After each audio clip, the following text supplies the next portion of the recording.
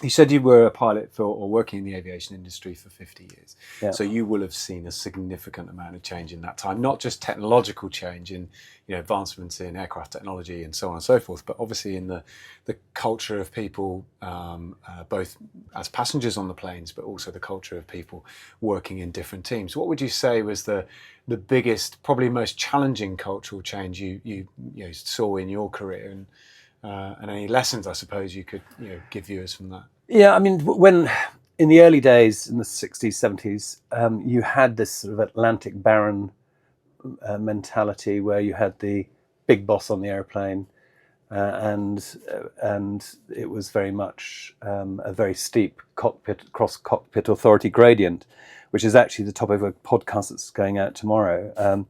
And that gradient flattened out.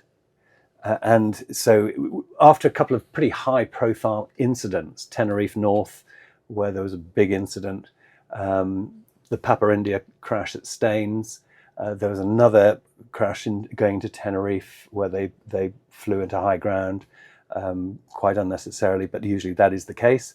There was a thing called crew resource management was brought in, CRM.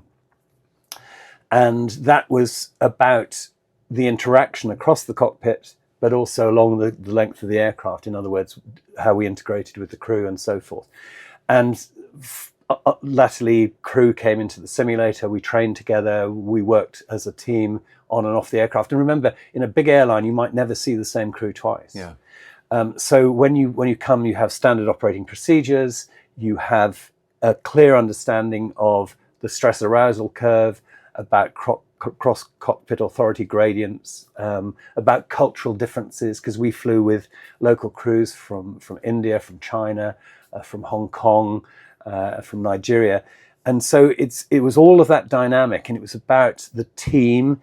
And whenever we had an incident, and incidents do occur on airplanes, they're complex machines, we would always engage the team to problem solve and help us deliver the best result for all of us.